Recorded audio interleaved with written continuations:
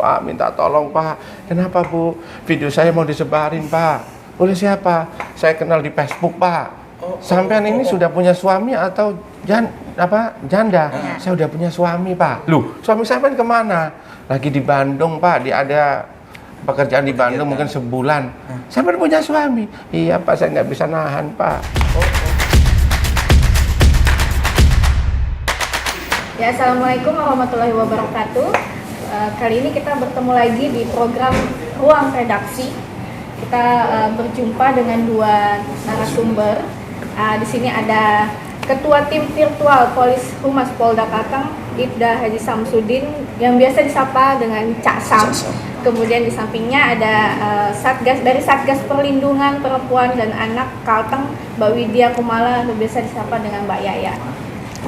Terus ini kita juga masih di ruang redaksi tetap dengan Pak Sensi yang selalu menemani kita. Pagi ini kita akan ngebahas soal video call seks ya Pak. Video call seks. Ya, yang sekarang tuh cukup marak terjadi saat ini. Dan dari Humas Polda juga sering posting di grup di medsosnya, di Instagram. Untuk upaya pencegahan. Ya, betul. Ya. Terus mungkin Pak bisa kita mulai dari ini Pak. Video call seks ini tuh muncul sebenarnya sudah lama atau baru-baru aja, karena kan ini kelihatannya tuh lagi marak gitu Pak. Ya. Jadi VCS atau video call seks ya. Yang seharusnya hanya kalangan orang tua seharusnya dari kalangan orang tua yang tahu, dan ini sebenarnya sudah lama. Ya, VCS ini sebenarnya sudah lama. Ya, kalau kita kemudian tarik ke belakang, adanya itu ya setelah kemajuan teknologi. Ketika ada Android, ada Skype dulu, itu sebenarnya VCS sudah ada. Kadangkala begini, pelaku tindak kriminal itu, tindak kejahatan itu selalu mengikuti kemajuan teknologi. Ya, pertama muncul video call itu, pelaku kejahatan ya kriminal itu belum berpikir bagaimana dia melakukan modus-modus untuk melakukan kejahatan atau kriminal ya. Dan kemudian ya dia rupanya juga tidak buta teknologi. Ketika ada teknologi seperti ini, dia berpikir bagaimana sih caranya dia melakukan tindakan kriminal gitu yang dulu mungkin orang secara konvensional ya, dengan mencuri ayam, mencuri motor, perampokan dan seterusnya. Sekarang kejahatan itu juga banyak di dunia maya, di antaranya yaitu video call seks, yang ini dampak dari kemajuan teknologi ya. Ini video call seks ini sebenarnya ada dua motif utama kenapa kemudian ada VCS itu. Motif yang pertama itu karena asmara ya, atau karena putus cinta, kemudian dia menyebarkan video pornografi atau VCS. Mungkin ya orang yang melihat tayangan ini, dia yang pernah mengalami itu mungkin senyum, karena kita sering mendapatkan itu pasangan remaja yang dia berpacaran, kemudian dia LDR-an apalagi gitu. Salah satu yang dia lakukan yang negatif, yang seharusnya tidak boleh, yaitu melakukan VCS. Nah, dan ini kemudian menjadi masalah di kemudian hari. Saya sering mengatakan bahwa orang pacaran itu tidak selamanya, tidak langgeng. Jangankan yang pacaran itu, orang rumah tangga, suami istri aja bisa cerai, bisa berantakan, apalagi yang pacaran. Ketika dalam hubungan pacaran itu kemudian diwarnai dengan video FCS tadi itu, ini kemudian yang nanti di belakang hari akan menjadi masalah. Apa masalahnya? Ya, sudah banyak kasus-kasus yang kami tangani, remaja yang curhat kepada kami, dia diancam. Ya, diancam oleh siapa? Diancam oleh mantan pacarnya. Ya, kenapa kok diancam? Karena biasanya nih laki-laki gitu ya. Laki-laki itu biasanya kalau diputusin nggak mau dia, ya banyak yang nggak mau kalau diputusin. Gengsi lah. Ya gengsi diputusin. Ya kemudian ya karena gengsi, karena nggak mau diputusin gitu kan. Kemudian dia ngancem. Ya ngancemnya apa? Ya tadi itu dengan video yang dia Dokumen simpan, video tadi. dokumen VCS tadi. Perlu diketahui bersama bahwa VCS itu bisa direkam layar. Makanya kami menyampaikan ke seluruh masyarakat, jangan sekali-kali VCS dengan siapapun, ya apalagi dengan orang yang baru dikenal di media sosial, ya karena VCS itu bisa direkam. Ketika direkam maka kemudian kan tanpa kita ketahui. iya, betul. tanpa diketahui oleh korban, ya karena rekamnya rekam layar, gitu kan. Tuh. Nah kemudian yang modus yang putus cinta itu ya karena tidak mau diputusin, kemudian ngancem, yang ngancem akan disebarin, menyebarkan videonya. Ya, betul. Dan ini kasus ini menjadi kasus-kasus remaja, ya banyak kita tangani, ya yang ancaman video call seks tadi itu, termasuk yang baru-baru ini, ya yang baru-baru ini. Kalau yang tadi malam itu ada tapi belum kita publish, ya itu yang tadi malam itu. Dia umur 22 tahun, orang Sampit, sama jadi korban VCS malam jam 10:30 menghubungi saya. Cewek apa cowok tuh, Pak? Cewek. Cowok yang ini. Yang ini cowok, yang di Sampit yang belum saya publish cowok, yang saya publish hari ini pelajar, siswi perempuan. Ya di daerah Pulang Pisau, kemudian laki-lakinya itu ada di Pangkalan Bun. Kenalnya di medsos, ya. Maka kemudian ada yang namanya kejahatan itu love scamming. Jadi dia dengan modus itu pacaran online, kenal di media sosial, diajak pacaran, kemudian arahnya kemana? Video call seks tadi itu. Ya, yang ini, yang kasus yang baru, yang korbannya adalah pelajar perempuan. Ini sama, jadi diajak pacaran secara online, nggak pernah ketemu. 3 bulan pacaran, dia sering diajak video call seks. Waktu video minta buka baju, dibuka, yang rayu-rayu. Kemudian waktu mandi video call, ya direkam. Ya kemudian ada titik jenuh bagi korban. Masa saya terus video call seksi gitu kan, nggak pernah ketemu, nggak jelas hubungannya, minta putus, ya. Tapi yang laki-laki begitu, karena keasikan udah kan di zona yang nyaman, hampir tiap hari melakukan video call seks gitu kan. Ada nggak mau, ngancem, ya. Untungnya kemudian ya masyarakat ini banyak yang sudah mengetahui kiprah dari Bithumas Polda Kalteng melalui tim virtual police. Berarti begini Mas, sebelum masuk ke peran polisi tadi, berarti selama ini yang sering terjadi video call seks itu lebih didominasi oleh korban dan pelaku yang tidak saling kenal, ataukah saling kenal selama ini yang sering Kalau kita rekap, kita analisis gitu antara korban apakah saling kenal atau tidak, itu hampir sama. Kalau kita kalkulasi itu lebih banyaknya ya, lebih banyak yang tidak kenal, tapi prosentasenya itu tidak terlalu jauh, 45 sama 50%, ya tidak terlalu jauh antara yang dikenal atau yang tidak dikenal. Terus kalau tidak saling kenal, apa motivasinya? Apa motivasi antara korban maupun pelaku kok bisa mau gitu loh? Kita yang saling kenal saja belum tentu mau gitu loh. Ya. Apalagi yang tidak saling kenal gitu, kok bisa? Jangan ada diiming-imingin sama. Ya, jadi motif yang saya katakan tadi motif besar ya, ada dua. Yang pertama putus cinta karena asmara, yang kedua karena motif pemerasan. Ekonomi berarti? Ya, motif ekonomi, motif pemerasan. Motif pemerasan ini pelaku ini akan menjaring korban, akan mencari korban di dunia maya. Dia menggunakan akun fake, ya akun fake-nya ini, ya akun palsu. Kalau dia menjelma jadi laki-laki yang muda, yang ganteng. Kalau bisa saja itu perempuan ya, bisa saja. Iya bisa jadi itu perempuan atau laki-laki. Bisa juga nggak ganteng. Iya, Bisa juga belum nggak ganteng. tentu Ya. ada kepastian itu laki-laki atau perempuan. Tapi kebanyakan pelaku ini laki-laki. Saya mengatakan 90% itu laki-laki pelaku.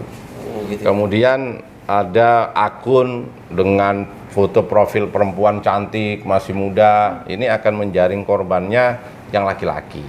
Ya.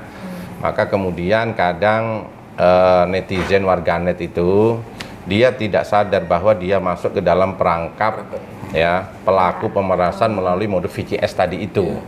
Ya, ketika dia punya Facebook, ketika dia punya Instagram, kemudian di DM, kemudian di Messenger diajak berteman, kemudian di chat. Laki-laki misalkan nih, ya ada perempuan cantik, wajar maklum kemudian kalau kita laki-laki nih punya media sosial, naluri lagi muncul itu, kita pasti akan mencari pertemanan itu, pasti mencari foto profil yang cantik, foto yang muda, yang menarik.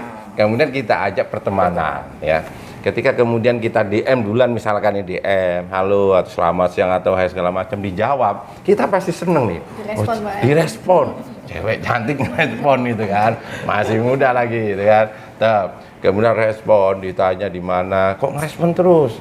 Kemudian tukaran nomor WA, ya. Ketika nomor WA, kemudian gantilah komunikasi ini intent di nomor WA. Ya, ketika ya laki-laki kan pasti merayu kan dengan seribu macam rayuan gombal gitu kan. Dirayu, kok mau dirayu-rayu, akhirnya singkat kata itu kemudian sepakatlah berdua ini untuk pacaran. Yang tadi saya katakan pacaran online. Tidak pernah ketemu, pacaran online. Nah, kemudian yang korban laki-laki ini terjebaklah kepada laki-laki pasti mengajak ya ketika bukan pasti kebanyakan nih laki-laki kebanyakan pasti ketika pacaran dengan seseorang perempuan dia kan menginginkan salah satunya adalah terlampiaskan kebutuhan biologisnya. Ya, kemudian karena jauh maka kemudian akan mengajak VCS. Ya, padahal yang diajak VCS inilah nanti yang menjadi malapetaka baginya, ya. Maka kemudian ketika dia VCS dengan yang perempuan itu, yang perempuan jadi-jadian saya katakan VCS, ya belum pasti kita VCS, ya dengan buka baju, ya dengan memperlihatkan muka. Yang sana nih, yang pelaku nih ada dua dia modus. Yang pertama kadang kameranya rusak, ya kamera rusak gelap, modusnya kamera rusak lah, yang HP jadul lah, gitu kan. Kemudian yang kedua, dia menggunakan dua HP. Nih, HP. Jadi HP pertama di sini dia muter video. Muter video nih kalau dia perempuan jadi-jadian, dia memutar video perempuan sedang masturbasi. Ya. Kemudian HP satunya digunakan untuk video call dengan yang korban tadi itu. Video call, kamera dihadapkan ke sini. Seolah-olah yang sedang melakukan ini dia. Padahal itu fiktif. Korban ya merasa wow gitu kan, lihat wah buka baju semakin beneran nih, akhirnya ngikutin buka baju, melakukan laki-laki, mohon maaf saya katakan melakukan onani yang VCS tadi itu. Kemudian direkam oleh pelaku. Ketika disitulah korban tidak sadar kalau direkam. Ya, korban mengira bahwa ini betul-betul nih pacaran tulus pacaran online ya, pacaran online tulus nih. Ini perempuan beneran ada videonya kok, itu kan mau buka-bukaan kok, itu kan. Kemudian direkam. Ketika direkam maka tidak akan lama si pelaku ini akan meminta kepada korban sejumlah uang. Biasanya dengan alasan nih, Mas atau Kak bahasanya itu kan, saya besok mau bayar kos-kosan, minta ditransfer dong 500.000, ya kan? Itu kalau nolak itu ngancem, ya. Kalau kamu nolak, ini pertama dia masih berapa menjadi seorang perempuan dengan alasan kos-kosan itu. Ya biasanya kalau laki-laki merasa pacarnya dikirim, karena pacaran online nih.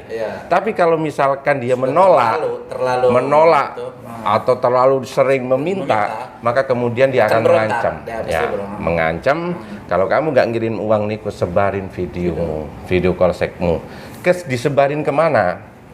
Penyebarannya dia tidak menyebar di akunnya, tidak diupload di akun medsosnya, tapi dia akan menyebarkan ke kawan-kawan kita. Kita kenal dengan orang di medsos itu menggunakan akun asli. Kita nih kan akun asli.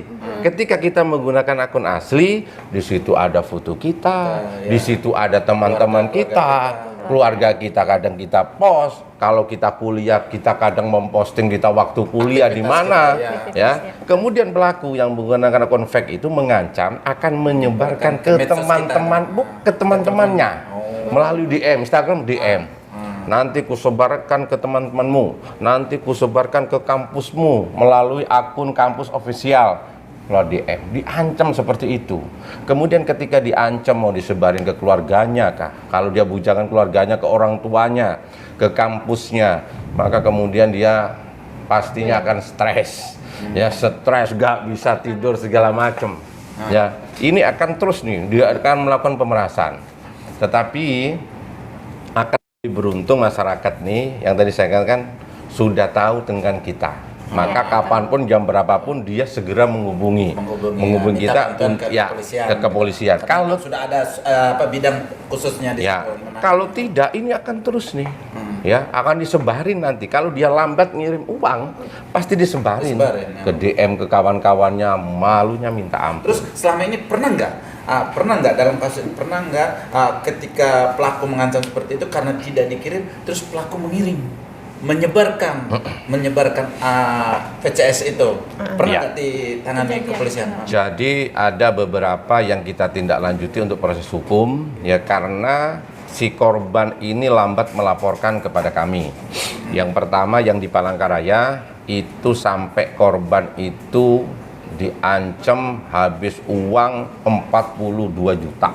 Bayangkan. Itu yang paling besar ya selama ini? Paling besar.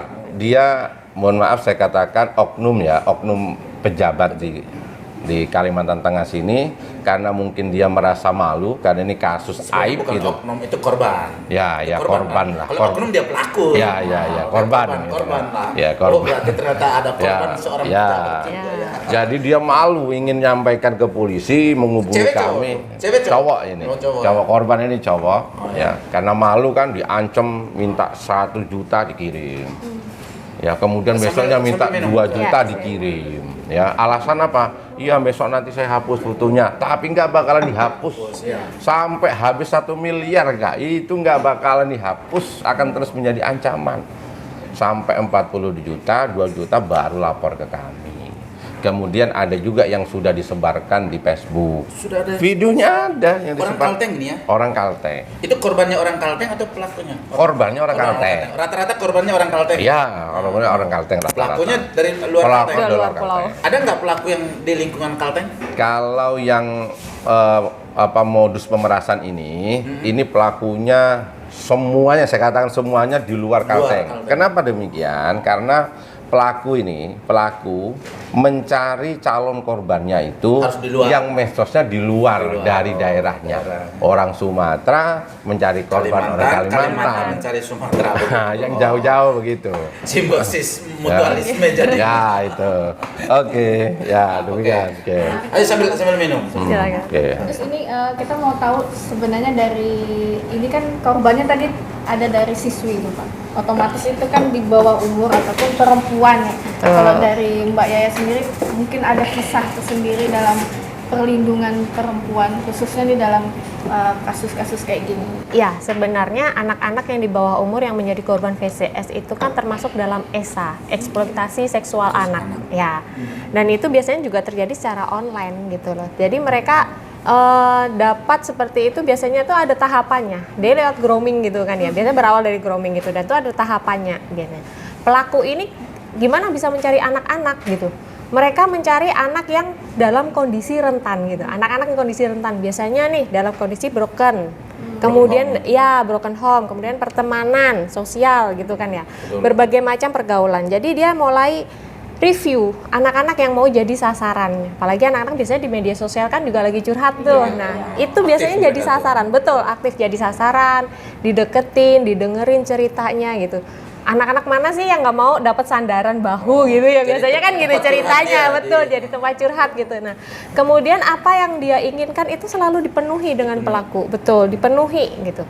Semuanya dipenuhi, kemudian deket, ya itu tadi seperti kata Pak Sam, pacaran secara online gitu kan. Jadi apapun yang diminta oleh pelaku semua akan dituruti oleh anak-anak. Artinya anak-anak sudah tercover sama mereka pelaku gitu.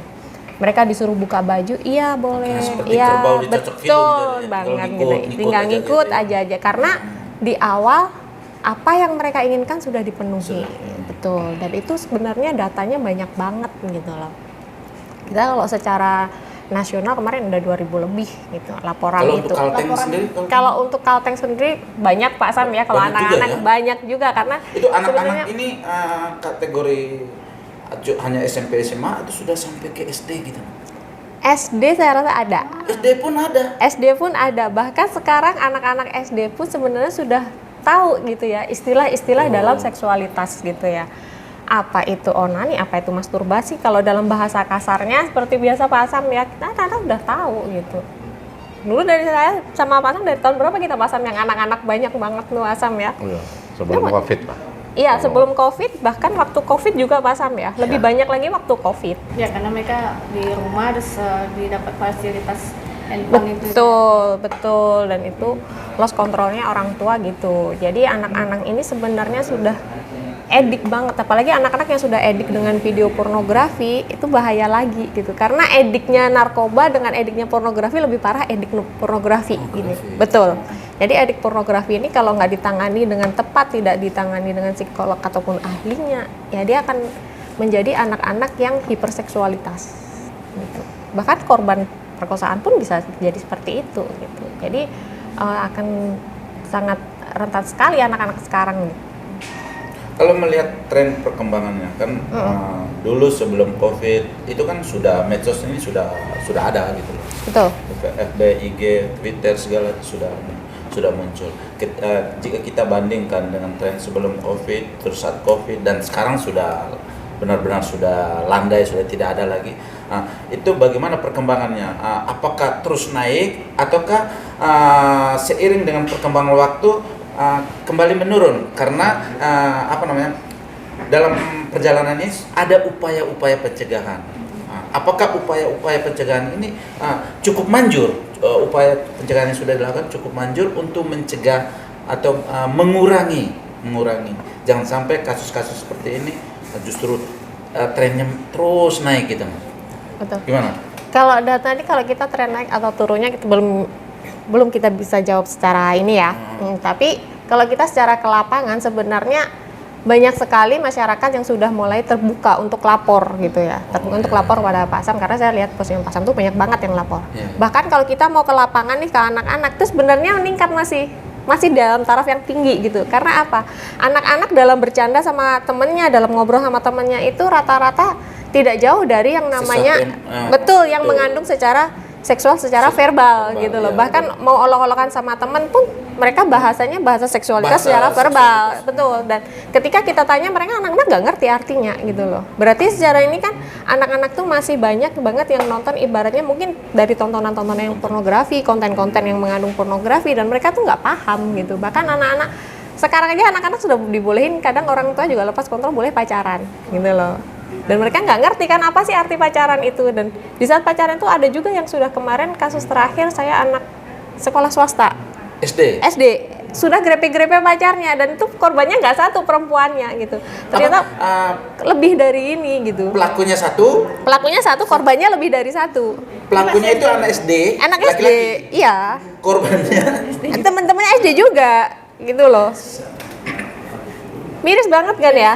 Ya miris banget gitu loh karena ini ibaratnya masih anak-anak banget SD sudah playboy ya. Waduh. Iya, bukan playboy banget sih sebenarnya ya. Cuman ya itu tadi yang saya kaget adalah tarafnya udah sampai pada grepe-grepe dan grepe-grepenya area vital gitu. Area yang memang tidak boleh disentuh belum saatnya gitu. Nah, miris banget gitu kan ya. Kita mau gimana gitu. Jadi ketika kita panggil orang tuanya bahkan kita kasih tahu anaknya seperti ini gitu. Kaget orang tuanya gitu loh, karena pada dasarnya orang tuanya nggak pernah tahu apa yang dikerjakan anaknya. Berawal dari orang tuanya tadi. Iya betul, berawal dari orang tuanya. Nah, itu kan kalau kejadian secara nyata gini, maksudnya kelihatan ada yang grepe-grepe. Terus ada nggak pernah yang kisah kalau Bu saya diancam pemerasan untuk anak-anak ini? kalau di PPA kalau diancam secara video call belum. Tapi kalau mereka jangan sampai. Tapi kalau mereka pernah ketahuan untuk membuat, nah itu pernah mau membuat tapi hanya menunjukkan kelaminnya saja, gitu. Nah itu juga Iya, tapi itu kan sudah pada ranah ya, itu sudah pada ranah gitu. Karena mereka juga bercerita berawal dari apa yang mereka tonton gitu. Tontonan ini memang sekarang sangat berpengaruh terhadap anak-anak. Betul. Ini mungkin kan banyak kasus ini tadi Pak. Kalau dari Humas Polda Kalteng, apakah semua kasus dari video call seks ataupun ini tuh ada yang ke penjara gitu loh, berakhir di penjara. diproses secara hukum dan pada akhirnya mediasi. pelaku dijebloskan ke penjara gitu.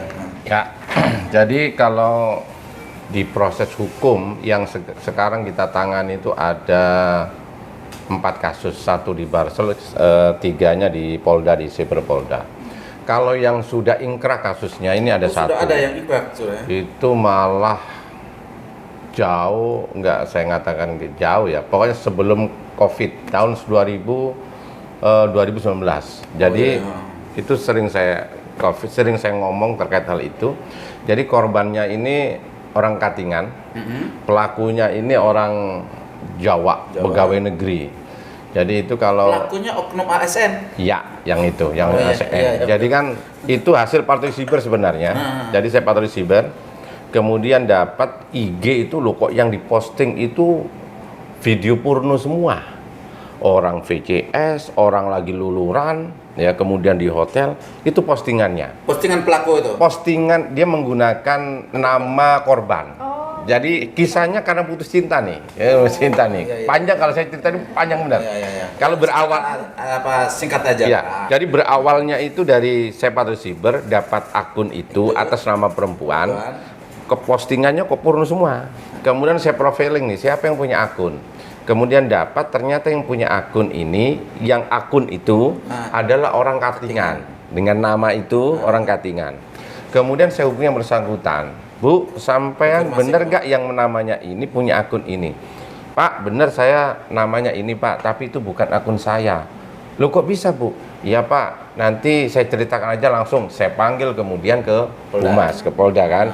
Cerita dia kalau dia itu pacaran, kenal di medsos, dia ini sudah berkeluarga, laki-laki sudah berkeluarga, kenal di medsos, kemudian pacaran online pertama, ya kan, video call seks itu, sampai kemudian dia datang nih, yang dari Jawa nih datang ke sini. Pelakunya datang, nginep 3 hari di Kasongan. Ketemu dengan korban. Di besoknya korban. Ya, di video juga, pas melakukan itu di video juga. Kemudian karena sama sudah keluarga nih, yang perempuan ketahuan suaminya. Suaminya marah, ya. Kamu kalau masih mau sama aku nih, putusin dia. Ya. Kemudian karena sayang sama suami, diputusin lah yang laki-laki. Yang laki-laki nggak mau diputusin. Yang ya. Jawa itu? Yang Jawa nggak mau. Kemudian bikinlah akun palsu, akun fake Instagram atas nama perempuan itu. Ya. Kemudian saya cari yang laki-laki ini, saya profiling akunnya siapa dia. Ternyata dia pegawai negeri di suatu rumah sakit di Jawa. Itu Bondo sana. Kemudian karena ini sudah pada postingan segala macam, udah terlalu lah. Kemudian saya lanjutkan ke Siberkrim. Saya kasih datanya segala macam, besok langsung dijemput oleh Siberkrim, kemudian diproses hukum, dia kena 1,5 tahun ingkrah masuk ke rutan 45. Yang sudah ingkrah itu yang berproses, yang korban 42 juta, satunya ada anak di bawah umur, anak SMP itu korbannya, yang satunya lagi yang di Barsel itu. Ya saya mengatakan korban ya, bukan oknum guru berarti. Iya guru. Dia korban. Ya. Guru. Kalau yang di Barsel saya kasihan begini. Barsel itu perempuan itu. Dia sayangnya lambat dia ngomong. Ke saya lambat, akhirnya kita tidak lanjuti proses hukum kan sudah disebarkan. Ya sama pacaran online itu. Pertama kan online, dia ini janda, punya anak udah SMP kelas 1. Pacaran online, FCS, direkam segala macam. 1,5 tahun dia pacaran online itu, kemudian jenuh dia mau diputusin nggak mau, kemudian tetap berkeras putus, disebarin sama pelaku, nyebarinnya ini yang miris, nyebarinnya dia ke keluarganya, teman-temannya, nyebarinnya ke teman-teman korban, ke kadisnya, kawan-kawan gurunya, termasuk ke anaknya. Ke anaknya yang SMP kelas 1. Kenapa dia tahu akun akan? Ya karena kan Facebook itu kan ada keluarganya segala macam itu dikirim ke sana. itu sudah ditindaklanjuti oleh Reskrim Polres Barsel yang terkait itu. Kemudian yang menarik nih, waktu mau habis ya, saya mau menarik. Lanjut. Menarik. Jadi FCS itu nggak sederhana seperti itu. Ada yang di balik itu ada yang ya katakan saya katakan unik gitu. Unik yang pertama gini. Yang pertama kalau biasanya itu kan laki-laki mencari lawan jenis kan gitu. Ini ada juga VCS sesama jenis. Ya, VCS sesama jenis. Korbannya ada yang laki-laki, ada yang perempuan. Laki-laki, dia pelakunya sana laki-laki. Memang dia sengaja mencari yang laki-laki. Berarti memang incarannya memang Dia mencari. Memang dia ini suka sama ada kelainan. Ada kelainan pelakunya ini. Ya. Jadi yang perempuan nih, yang di Palangkaraya ini, dia oknum. Saya ngomong oknum nih, oknum mahasiswi. Ya kan, jadi korban VCS sesama jenis. Jadi oknum mahasiswi ini mencari pelampiasannya itu, teman kencan itu di aplikasi dewasa. Ya, nggak apa-apa disebutkan. Nggak usah. Nanti malah penasaran. Inisialnya itu ya, jadi bukan, jangan Mas. Masih yang itu kan aplikasinya. Saya tahu. Berarti saya tahu ya. Jangan. Jadi, mencari di aplikasi dewasa gitu kan. Kemudian ya cari yang profil yang perempuan gitu kan. Dia perempuan nih, perempuan ngajak kencan, ya BO. Pertama dia mau BO. Kemudian BO sepakatlah harga 500.000. Kemudian yang yang di aplikasi itu disuruh ke kos-kosan yang perempuan ini, yang korban ini. Ya. Suruh ke kosannya, kemudian rupanya si aplikasi ini dia kan perempuan tulen gitu, dan dia tidak suka dengan sesama jenis gitu. Ya. Dia nggak jadi mengurungkan niatnya mau datang ke kosnya si yang pesan ini, cewek tadi. Ya. Korban sekaligus pelaku. Ya. Jadi mengurungkan niatnya. Mungkin dia berpikir, aku kan ini normal gitu kan. Kalau ke sana aku ngapain gitu kan. Akhirnya mengurungkan niatnya, kemudian dia, Mbak, saya nggak datang ke sana dengan alasan macam-macam. Kita FCS aja deh, gitu. Jadi dia aja VCS sama si yang aplikasi ini. Kemudian sudah terlanjur mungkin akhirnya VCS lah. Ya VCS, nggak taunya direkam sama pelaku yang aplikasi tadi itu waktu VCS, kemudian dijadikan bahan pemerasan. Ya oleh si siapa? Oleh si oknum ya tuh. Ada yang Palangkaraya ya? Palangkaraya. Laki-laki gitu juga. Laki-laki ini pertama kenal di Jakarta katanya. Jakarta, jadi dia cari tukang pijit. Wah, ini lika-liku di dunia video seks. Jadi cari tukang pijit laki-laki di Instagram. Dia laki-laki nih. Dia ke Jakarta di suatu hotel. Cari tukang pijit laki-laki. Saya lihat itu profil IG-nya yang laki-laki itu pijat nih, wow badannya ngeri, sispek, ganteng, wah. Idola cewek. Ya, cewek itu kan. Laki-laki pesen nih, ya kan. Habis itu disuruh mijit kan ke sana ke kantornya, nggak jadi. Mungkin dia mikir si korban ini mikir, si korban laki-laki ini mikir, nggak jadi pijit ke sana, kemudian minta video call aja. Jadi video call lah ini, ya, nih direkam sama, ya. Jadi dia kembali ke Palangkaraya itu dalam keadaan tertekan. Minta dikirim uang segala macam, baru malam ketemu saya, si korban ini, tuh. Terus yang berikutnya ini yang agak unik lagi begini, ini saya berpesan kepada siapapun ini, khususnya yang cewek-cewek nih. Ini korban nih mahasiswi ini di DM oleh seseorang di Instagramnya itu, perempuan yang meng-DM dia ngomong ke perempuan korban ini, mahasiswi ini, Kak, mau nggak saya kasih pekerjaan, ya? Pekerjaan apa? Pekerjaannya mudah Kak, tapi menghasilkan, kata si orang yang nge-DM nih, yang nggak kenal siapa nih, perempuan juga nih yang DM, yang profilnya perempuan itu kan, tapi akun fake. Apa? Pekerjaannya gampang, ngawani VCS dibayar 5 juta. Menggiurkan Ya, menggiurkan. Itu sekali itu. Si mahasiswi ini rupanya tertarik nih. Kalau kakak tertarik, saya kasih nomor WA-nya. ya kan? Kemudian dia berpikir, mungkin mahasiswa ini ketika masih berpikir, kan cuman VCS, saya kan nggak ketemu juga, itu kan dikasih 5 juta, ya kan? Akhirnya maulah nih si oknum mahasiswa ini, kemudian tukar nomor WA, kemudian komunikasi dengan katanya itu, kemudian disepakati harga 5 juta sekali VCS. Saya kemudian mengatakan bodohnya, nggak pintarnya si oknum mahasiswi ini, kenapa nggak minta duit duluan? Iya. Ya kan? Iya, Itu seharusnya kan 5 juta deal ini. Kak, kirim dulu duitnya 5 juta rekening saya. Seperti kita pemilu nyoblos itu kan dapat duit. Iya, dulu. dapat Baru duit nyoblos. dulu. Memilih siapa Iya, terserah. ketika Betul. dapat duit Tidak 5 pintar juta, itu. dicek bener masuk, tapi jangan sampai ditipu ya, karena ada yang aplikasi yang bukti transfer itu yang palsu ada. Makanya kalau nggak punya banking, cek ATM. Bener nggak masuk? Kalau bener masuk, kemudian blok aja nomornya. Iya. Selesai. Iya, betul. Tapi yang karena polos ya sih, Iya. mahasiswa saking lugunya, Masuk rayuan itu tergiur tadi, 5 juta, ya kan? Akhirnya belum minta duit, transfer. jadi VCS dulu. VCS dulu. VCS itu durasinya 5 menit lebih. Bayangkan 5 menit lebih VCS, ya kan? VCS-nya di kos-kosannya, sambil duduk, sambil berbahan di bawah di lantai. Iya. Teleponnya, HP-nya diginikan untuk VCS. Nah, buka baju segala macam, masturbasi, direkam sama pelaku. Setelah selesai VCS, dia ngechat itu, mana uangnya? Diblokir. Tolong dikirim sekarang. Oh iya, tunggu kata omnya. Sabar. Setelah itu dikirim. Yang dikirim bukan uang, tapi video dia waktu VCS yang dikirim. Tertipu. Hah? Kemudian apa kata om itu? Kamu kirim uang sekarang 500.000. Kebalik. Malah diperas. Minta ditransferkan.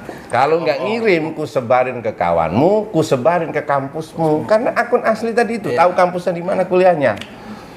Aduh, yes, untungnya belum ngirim uang, belum tersebar. Lapor Ya, ke- ya. lapor ke Lapor. polisi. Segera lapor, kemudian kita tanggulangi, alhamdulillah selesai.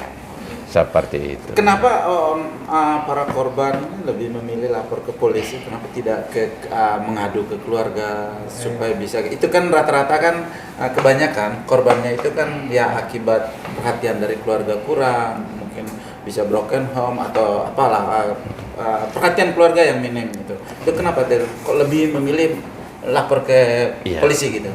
Karena ini terkait aib. Kita punya aib ini, sebisa mungkin keluarga kita tidak Ditutup, tahu. berarti ditutup gitu. Ya, cukup misalkan hanya polisi yang tahu. Setiap masyarakat yang lapor kita, tidak satu pun yang tahu siapa dia ini yang jadi korban. Kalau kita posting di medsos itu, habis kita posting. Iya. Nggak ada satupun. Kalau nama pasti kayak bunga. Atau mungkin ya untuk menyamarkan itu, kadang foto orang lain saya pasang di situ. Oh gitu, Iya, Pak. iya betul. Betul. Untuk Atau apa? Untuk menjaga privasi orang lain. korban lah, ya. Ya, jadi ada foto. Misalkan saya foto Pak Sensi nih.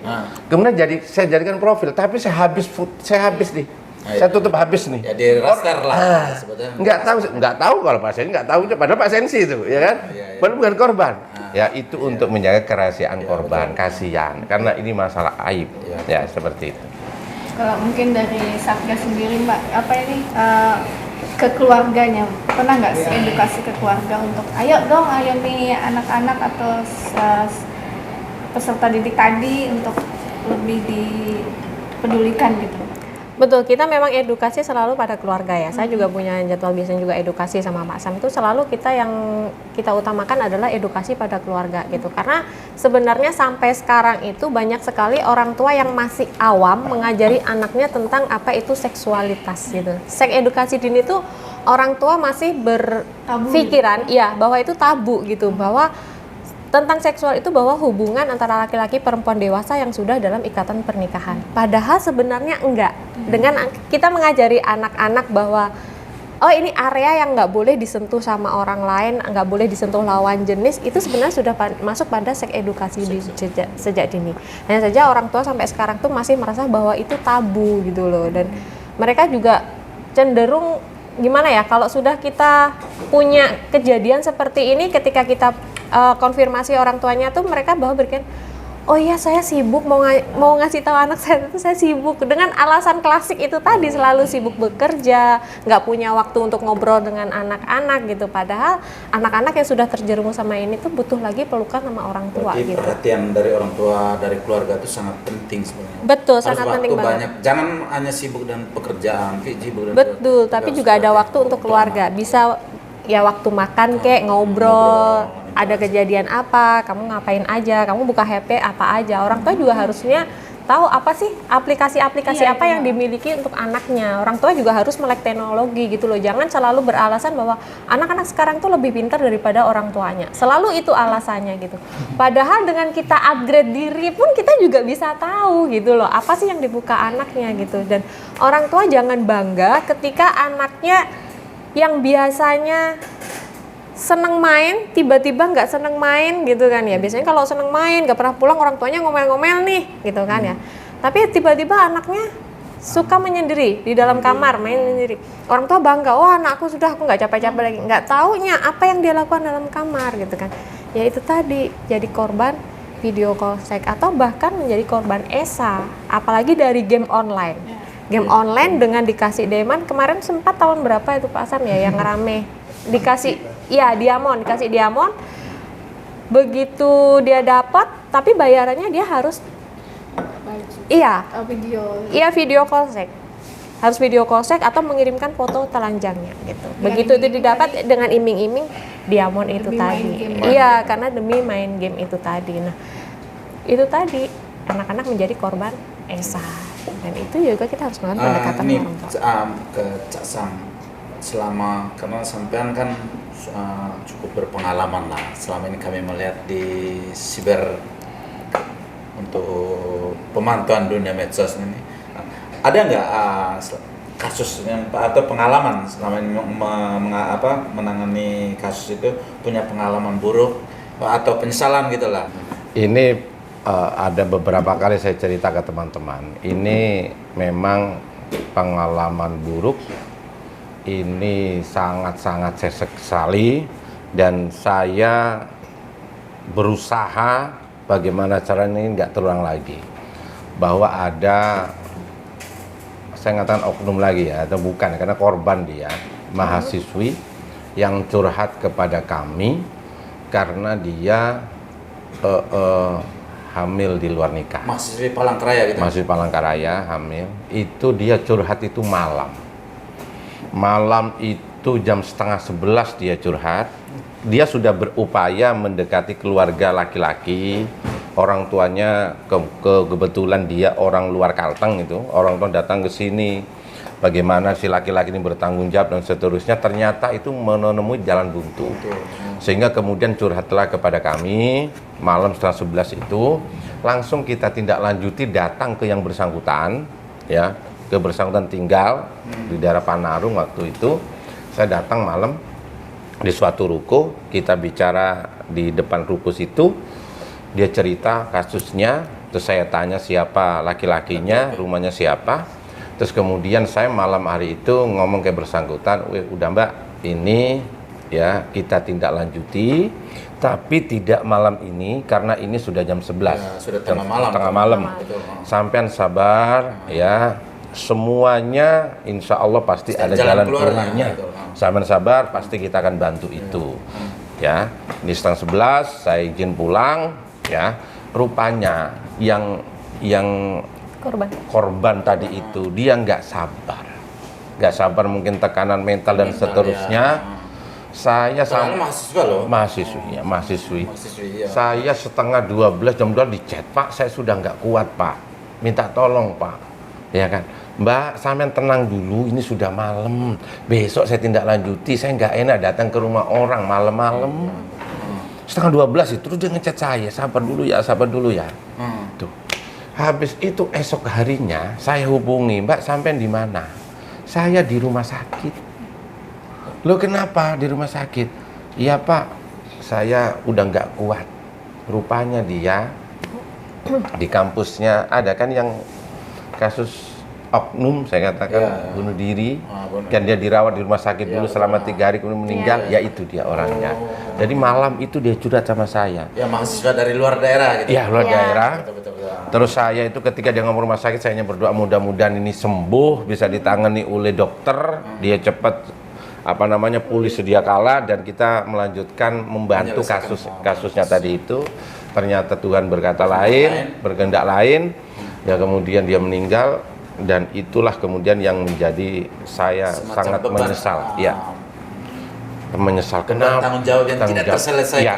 Betul. Karena ya tadi itu si malakama saya ingin menindaklanjuti malam itu juga, ini terkait orang lain. Malam-malam nggak mungkin saya datang ke rumahnya itu kan. Tapi secara manusiawi saya menyesal itu. Saya merasa ikut bersalah gitu. Kemudian dia melakukan hal nekat seperti itu. Itu Pak Sansi. Oke, dilihat dari fenomena-fenomena yang terjadi khususnya terkait video call seks atau hubungan di luar nikah, atau ya segala kekurangan yang berhubungan dengan korban video call seks tadi itu, kita lihat bukan lagi hanya merambat ke orang dewasa, mahasiswa atau mahasiswi, bahkan sudah sampai ke SMA, SMP dan SD, bahkan sudah sampai SD. Anak SD yang usianya di bawah 12-13 tahun sudah tahu masalah itu, bahkan sudah melakukan hal-hal yang sebenarnya tidak boleh. Apa upaya-upaya yang dilakukan mungkin dari Mbak Yaya sebagai tim untuk penanggulangan masalah itu, dan juga dari Polda? Mungkin pertama dari Mbak Yaya dulu. Ya, kalau dari kita selalu yang pasti edukasi ya. Nggak pernah jemu lah dimanapun, kita selalu edukasi, dan kita edukasi juga selalu bekerja sama juga dengan Pak Sam, karena ini Karena ada ranahnya keterkaitan. betul, ada Betul. keterkaitan, apalagi dunia online sekarang gitu, dan anak-anak lebih senang juga sama online gitu. Jadi juga kita membuat suatu kumpulan untuk anak-anak gitu, khususnya untuk melarikan kebiasaan yang bermain online dengan kebiasaan aktivitas yang pada kegiatan-kegiatan positif gitu. Seperti kita berkegiatan di taman baca, itu pun kita mengesampingkan untuk tidak menggunakan teknologi dulu. Adapun teknologi kita gunakan dengan tepat guna gitu. Jadi anak-anak tidak boleh lagi buka YouTube, tapi dari kita gitu, dari sama-sama. Kemudian apa sih dari teknologi yang bisa kita gunakan untuk anak-anak lebih maju positif gitu. Dan kita di situ juga bikin anak-anak nih tidak menggunakan kata-kata kotor gitu. Jadi kita beri hukuman positif gitu ketika mereka menggunakan kata-kata kotor, baik kata-kata seksual verbal ataupun kata-kata kotor yang gaul sekarang gitu kan ya. Itu tetap anak-anak kita berikan hukuman yang positif. Kalau nggak kita suruh bersih-bersih, awalnya denda. Kalau denda anak-anak ternyata Merasa terbeban. tetap ya? nggak malah merasa terbeban. Seneng bayar denda gitu, malah seneng bayar denda. Akhirnya Lebih baik bayar denda. lebih baik bayar denda daripada aku menghandle omonganku yang seperti itu, dan ternyata kita itu tidak kurang efektif. Akhirnya kita beri hukuman positif untuk lebih efektif lagi agar anak-anak tidak terkontaminasi dengan kata-kata seksual secara verbal gitu. Dan itu umum bagi mereka, umum loh, umumnya usaha-usahanya seperti itu kalau dari kita. Mungkin pesan ini tersendiri dari Satgas terhadap orang tua. Iya, kalau pesan saya dari Satgas untuk orang tua yaitu lebih mengedepankan komunikasi efektif untuk anak-anak, lebih mendekatkan diri lagi pada anak-anak. Sesibuk apapun orang tua bekerja, berikanlah waktu quality time untuk anak gitu, karena pasti adalah 1 kali 24 jam itu kan pasti ada waktu untuk anak-anak. Terus kalau ini Dari Cak Sam, ini selama ini kan yang saya dengar sering melakukan patroli siber. Wah, keren banget tuh patroli siber. Itu 24 jam bagaimana tuh, Mas? patrolinya. Ya, jadi kasus-kasus dunia maya ini complicated gitu, banyak sekali kasus-kasusnya, macam-macam, di antaranya VCS tadi itu.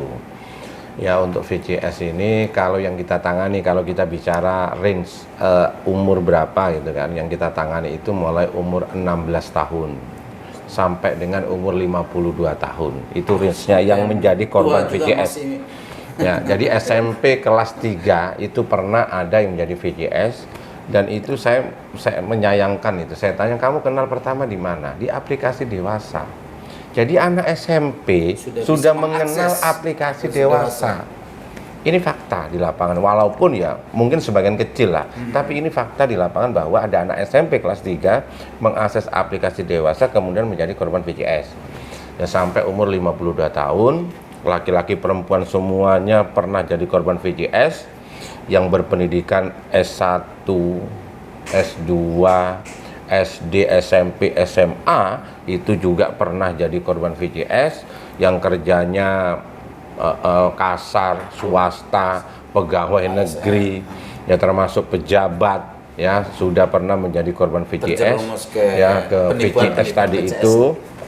Bahkan saya ada dua nih, yang unik nih, dua unik lah VCS. Yang pertama pelakunya ini orang Palestina, luar biasa kan, tahu ya. Pelakunya dari Palestina. Korbannya orang Parenggian, ibu-ibu punya suami, kenal di Facebook. Ini kenal di Facebook dengan orang Palestina. Hubungan bilateral ini, antar negara nih. Ya, jadi hubungan pacaran online sampai ketemu di Jakarta. Sampai ketemu di Jakarta. Itu mereka komunikasi pakai bahasa apa? Bahasa Inggris. Dia bahasa Inggris. Oh, kebetulan ibu di Ya, memang ada bisa. translate juga. pakai translate Google. Ya. Termasuk saya komunikasi dengan orang Palestina ya translate Google juga. Google ya. Itu kan ya. Ya. Jadi ketemu video call saya, habis itu sampai Kopdar, ketemu di Jakarta, dikasih uang 16 juta si ibu ini agar dia pergi ke Jakarta. Nginep di Jakarta 3 hari, 3 malam di Jakarta. Kemudian ketahuan suaminya, kemudian minta putus. Ya, minta putus sama Palestina, sama kurang lebih. Nggak mau yang Palestina, diancam. Si ibu ini laporlah ke saya. Saya suruh datang ke Palangkaraya, kemudian saya komunikasi sama Palestina itu, saya kasih ya bahasa Inggris yang begitu, dan syukur puji Tuhan, alhamdulillah yang bersangkutan paham, ngerti, kita kasih edukasi terkait hukum itu, kemudian nggak jadi menyebarkan yang video ibu-ibu itu. Oh, berarti ada pengertian dari yang Palestina. Ada Palestina, nggak jadi menyebarkan, hanya mengancam, ancaman, ya penjara Palestina. Yang kedua itu ibu-ibu ini makanya ini menjadi pelajaran bagi kita semuanya. Ada ibu-ibu datang ke saya nangis-nangis. Pak, minta tolong Pak, kenapa Bu? Video saya mau disebarin Pak. Oleh siapa? Saya kenal di Facebook Pak. Sampean ini sudah punya suami atau janda? Saya udah punya suami Pak. Loh, suami sampean kemana? Lagi di Bandung Pak, dia ada pekerjaan di Bandung mungkin sebulan. Sampean punya suami? Iya Pak, saya nggak bisa nahan Pak. Maka kemudian ini menjadi pelajaran bagi kita semuanya, siapapun, baik yang masih sendiri, punya pasangan, hendaknya selalu berhati-hati. Karena kadang seseorang ini tergiur dengan media sosial, melampiaskan hasrat yang salah melalui VCS, kemudian diperas oleh seseorang ya gara-gara tidak bisa mengendalikan hasrat seksual walaupun sudah punya pasangan. Terus kemudian di sini saya closing statement langsung. Ya, jadi pesan dari kami adalah stop melakukan VCS dengan siapapun, apalagi dengan orang yang baru dikenal di media sosial. Yang berikutnya, stop tanpa busana di depan kamera. Demikian. Oke, perbincangan kita menarik sekali ini tentang video call seks yang sekarang lagi marak. Terus mungkin dari kita berdua, saya Gilang Rahmawati dan rekan saya Pak Sensi. Terima kasih. Assalamualaikum warahmatullahi wabarakatuh. Waalaikumsalam warahmatullahi wabarakatuh. Terima kasih. Oke.